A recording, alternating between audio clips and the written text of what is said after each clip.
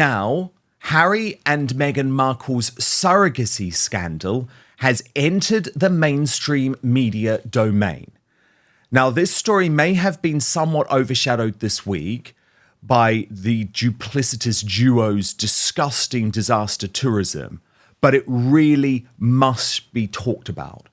I've got Lady Colin Campbell with me. She has been completely responsible for exploding this story into the public's consciousness, and finally the MSM is starting to catch up. But before we get her verdict, let me take you through the story broken by Radar Online. And I have to give credit for Radar Online here. They are being brave, because remember, the mainstream media all know about this. They just have decided not to talk about it.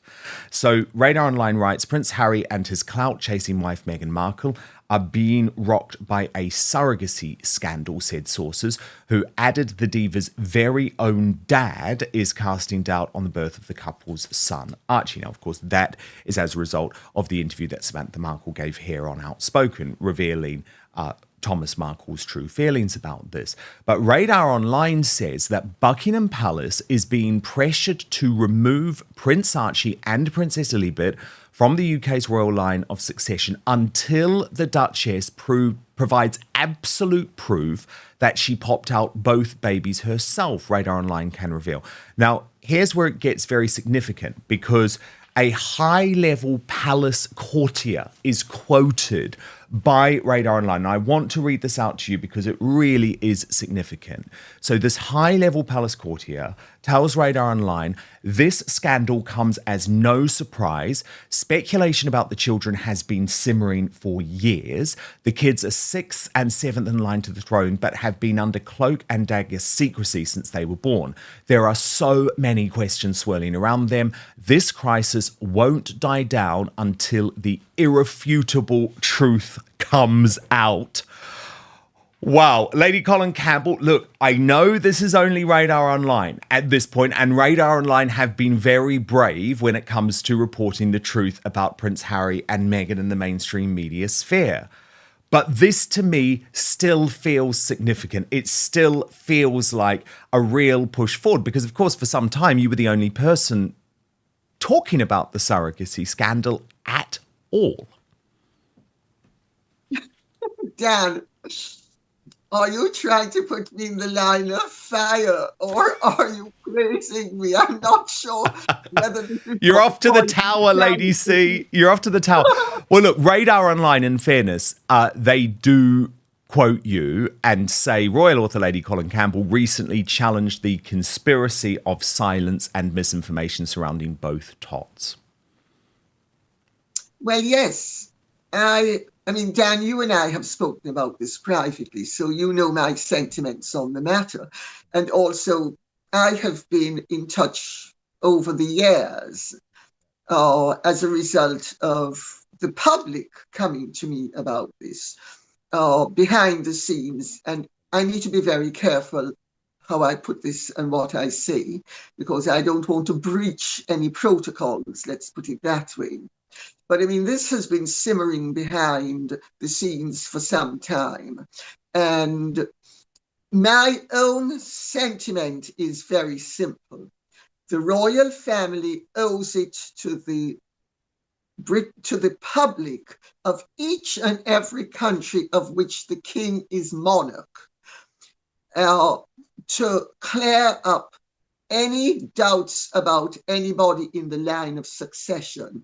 Meghan's conduct is what has triggered all of this. Oh, Archie doing a deep dive between the knees. Archie competing with Tom Daley before he was even given birth to. Archie's unique qualities. And we need to remember that Archie was truly unique because his first word was crocodile. And Archie, of course, was the product of a union that maritally started when they were roasting chicken. And I leave it at that. But what I will go back to say, in terms without giving too much levity to their Harry and Meghan's really crazed behavior. And I do not, yes, Isn't it amazing? Isn't it amazing that that bump had more air in it than the flatuses that Meghan and Harry go around divesting themselves of in their 16 bathrooms? The fact of the matter is, from 1688 to the present, all royal births have been incontrovertibly correct. James II lost his throne as a result of the false rumours, incidentally, about the birth of his son and heir, James, Prince of Wales, who became James III, the king across the water. Ever since then, until 1936, all royal births had to be witnessed by the Home Secretary. After Princess Alexandra's birth, it was decided that the custom did not need to be continued because all royal births were still being witnessed by people who were incontrovertibly relied upon, and reputable. This did not happen with Archie or Lilibet's birth. The two births are shrouded in secrecy. The royal family has a duty to, actually the monarch has a duty. It's not the royal family, it's the monarch has a duty to ensure that there is no doubt as to the entitlement of each person who is closely in the line of succession and would therefore stand a possibility, no matter how remote, of acceding to the throne. It doesn't matter if you're the 57th in line to the throne, but it certainly does if you're the 5th, 6th, or 7th in line to the throne.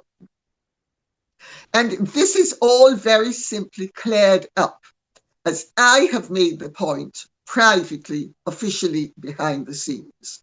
Simply provide irrefutable proof from the obstetricians, the way every other royal birth's proof has been provided to the public, that those children were born of Meghan's body and they were conceived of her body as well.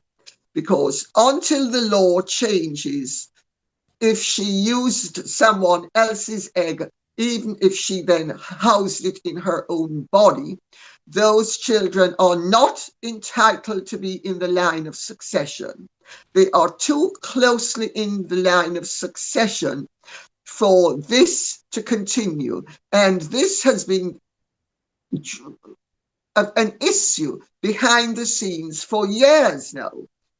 When I wrote my first book, Meghan and Harry, The Real Story, in 2019 into 2020, I actually didn't believe what, I was being told. A friend of mine was at Birkenhead on the 14th of January when Archie did his deep dive between Meghan's knees. And I thought, oh, this is crazy. This is lunatic stuff. And then I began to think, well, it's when I heard the internet was on about it. I thought, oh, they're all a load of crazies. But I'm afraid they're not a load of crazies. They were onto something long before all of us were. Now, I am not saying, and I need to say this for legal reasons, that Meghan faked the birth and the pregnancy of those two children. What I am saying is, and I say this as a Jamaican and as a Briton, because the king is twice my king. So the line of succession is twice my line of succession, as it is with you. But it's not with everybody. But the fact of the matter is, so I'm doubly entitled to make this demand, that the proof be provided as it has been with every other royal birth, and clear up the rumours. The existence of the rumours do a great deal of damage to the respect that people have for the royal family and for the monarchy. And there is no excuse to think that this should be allowed to continue and that it should go away. This is not about never explain, never complain. By law, until 1936, every royal birth had to be witnessed by the Home Secretary. Since then, every birth has supposed to be witnessed validly by reputable practitioners. This and not only are those reputable practitioners the witnesses to the birth, they then sign off on the birth. It's happened with every royal baby, including Princess Beatrice and Princess Eugenie's babies. It's not happened with either Archie or Lily, and it needs to happen. They need to prove that those children are entitled to be in the line of succession. Meghan and Harry are not entitled to privacy in this matter, and their privacy is trumped by our right to know that no bastard is going to sit on the throne of this country. And the bastard term, by the way, is a legal term. So I'm using the term in the true legal meaning of it. And it's as simple as that. They need to clear up, and it's very simple. If those children were not born of surrogates, they can make an announcement and the whole issue is put to bed once and for all. And if they fail to make that announcement, it means that something has happened that should not have happened, and they need to clear it up sooner rather than later. And if they don't, they are derelict in their duty. They being Harry and Meghan. They are derelict to their family. They are derelict to the nations of which those children are in the line of succession. And they are derelict to those children themselves, because Harry complains about the fact that his paternity has been questioned. But Harry is perfectly happy for his children's maternity to be questioned. This is outrageous, irresponsible conduct. And I can only think that the only reason why they are allowed to get away with it is that people know or consider them to be drug-addled and therefore not responsible for their actions. But the fact of the matter is the royal family is responsible to us, the British people, and the people of all the other realms of which the king is head of state and of which those children are in the line of succession to. It's as simple as that. I want to just go back to, I mean, beautifully put, by the way, incredibly put. I could listen to you all day, but I just want to go back to the Radar Online report in regards to this, because they bring up a point which, again, we have discussed before, but I think this is now very important now that it's coming into the mainstream media. And it's about the fact that in Spare, Prince Harry crowed, "Within 2 hours of our son being born, we were back at Frogmore." And now I'm going to quote the courtier, and this is why this story is so significant, because it's a courtier speaking directly to Radar Online, who tells the publication that raised many eyebrows and questions. How many women give birth and are home in 2 hours? That didn't make sense unless Meghan didn't deliver the child herself. Now, I know obviously we've spoken in lots of detail, and remember I reported it at the time and posed a whole load of questions about the mystery surrounding the birth. But the fact is, Lady C, this is elevated because this is a courtier raising those questions now in the American main. It suggests one of two things. Either Radar Online has made it up, which I'm not accusing them of doing, or the palace realizes that the time has come for the rumours to be put to bed one way or the other. And it is, this whole thing is an extremely serious matter. But what to me makes it truly offensive is the way Meghan has gone about flaunting this from the word go. Because if it was not a surrogate birth, the baby bump behaved in such an unconventional manner that she was orchestrating drama, which there was no need to do. And you then have to ask the question, why was she doing this? It's, I mean, I need to be careful what I say publicly, but my own feeling is until Meghan and Harry are able, actually not Meghan and Harry, until Buckingham Palace is able to provide us with the proof that those two children were born of Meghan's body and were her egg, they, I think, should be excluded from the line of succession. And it's really very simple. Just the two children, Prince Archie and Princess Lilibet. Well, who else would be excluded? Well, obviously, there are also questions about whether Harry should remain on the line of succession. Well, Harry is legitimate. I know that to be a fact. Harry is definitely King Charles's son.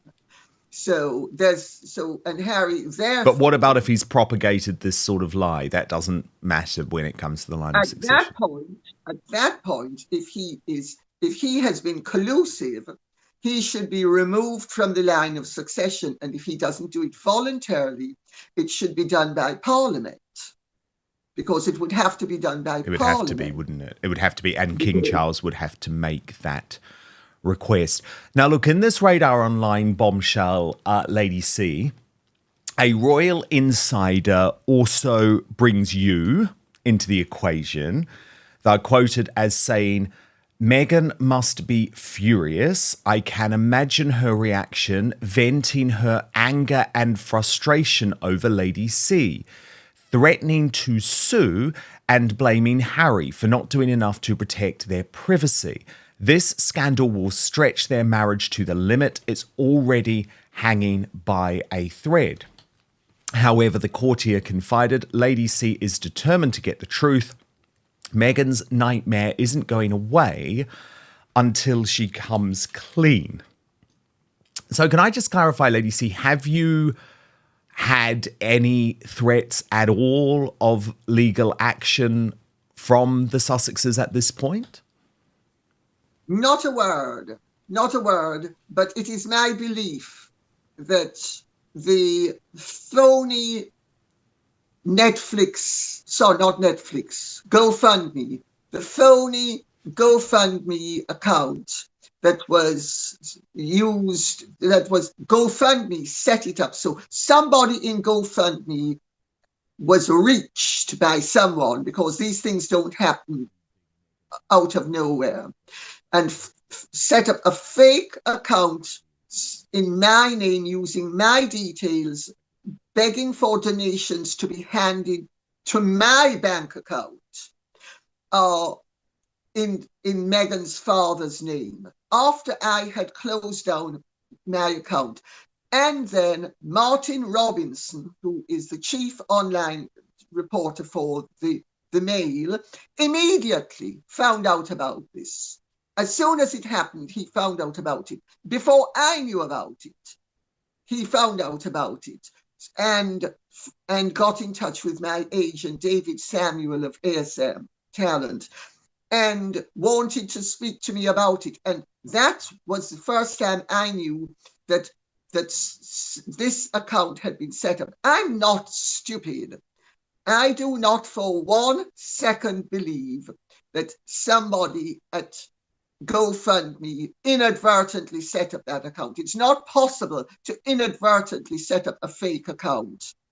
And I think that was an attempt by Harry and Meghan, or Meghan on her own, or somebody that closely affiliated with them, if it wasn't them themselves, that in my opinion, this was a way to discredit me, because I had been receiving questions about the account, and that there were plans afoot to discredit me. And I thought, this is ludicrous. Who can discredit me? I have no skeletons in my closet. Nobody can discredit me. And I actually said it on television. When I was asked about it, I said, well, they can invent whatever they want. The fact of the matter is, nobody can discredit me because I have no secrets. I have no skeletons. So then within 2 or so weeks, they come up with this phony account, and I am being asked if I have siphoned off money into my pocket from the Thomas Markle appeal. I mean, the whole thing was so cack-handed, but it was typical of the Sussex squad and, quite frankly, the Sussexes' behaviour, because they come up with cack-handed schemes. So I'm not saying that they personally did it, but my belief is that one or both of them, and I think it would have been her, would have been strongly motivated to try to silence me. But it hasn't worked. And the reason why it didn't work was that Martin Robinson was very correct. And he tried to corroborate the story. And so I was tipped off, Dan, in much the same way that Harry and Meghan were tipped off when you had to corroborate your son's story about Brexit. And that, just as how that tipped them off, and they then went hurtling down another avenue, I immediately was alerted to what was going on. So I have no doubt that if they could sue me, they would sue me. When they can't sue me, and if they try to sue me, I would see it through and see them in a court of law. I would love to get Meghan Markle and Harry in a witness box. I would love it. And remember, I'm very experienced. Meghan thinks that because she played a paralegal who couldn't pass her law exams, that she's a legal expert. I have 50 years of litigation against all 5 major newspaper companies in this country, as well as a litigant in person, the largest award ever awarded to a litigant in person against an insurance company, to my credit. I would love to see them in a court of law. So if they want to sue me, go right ahead, because I invite it, because I wouldn't be letting them get away with it. And I am not going to allow them to. I think their behavior is scandalous. And I'm sorry, I've had so many drug-addled people in my life.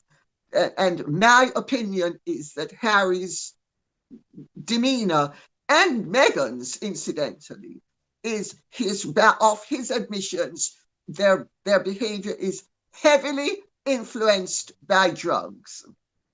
And they don't like it. Sue themselves, because they're the ones whose conduct is and they are the ones he's the one who's admitted he's drug-addled, and she is the one who, in Jamaica, when she was having her marriage with Trevor, she is the one who broke the law in Jamaica, even though it was strictly against the law, and distributed ganja reefers to everybody at her wedding. So I think Bring it on. Dealing with drug-addled people. That's my take on it. But indeed, because bring it on. Give me the popcorn. Come on, Harry and Meghan, bring it on. Let's take this to court. I couldn't agree more. Lady C, just before you go, I do want to ask you about this Instagram post that Meghan Markle made in tribute to her dog Guy. Now, of course, we're both animal lovers. Lady C. So we know that it is an absolute tragedy when you lose an animal like this. The issue with Meghan, though, is that her other animals she just discarded when she moved to the UK and then moved from Canada to Los Angeles. So that was very odd to me, number one. But lots of question marks about the timeline in terms of Guy. When did he die? Was she being honest about his injuries in her post? What do you make of that? Well, first of all, Dan, I don't know if you've ever read Professor Marion Stout's book, The Sociopath Next Door. No, I haven't. She was a Harvard, well, I think she was a Harvard professor. Very good book. And she makes the point that one thing sociopaths will do is they'll have pets and they'll enact loving the pet. And as soon as it is inconvenient, they'll discard the pet. So, I mean, Meghan discarded one of her dogs, evidently on the basis of the fact that he was too old to travel, except he wasn't too old to travel. I mean, I've traveled with dogs that were far older than that. So that right there is a red flag. The dog broke both front legs. Well, I've had dogs for nearly 40 years as an adult. And as a child, we had pets. I've never heard of a dog breaking both front legs, but let's leave that to one side.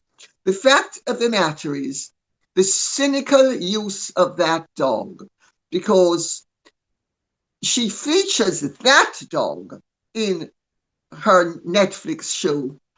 With love, Meghan, we're going to be family. I'm going to show you how to love your family because I'm so family orientated. I won't speak to my daddy except to write him nasty letters, and I won't have H do anything except give his daddy hard times.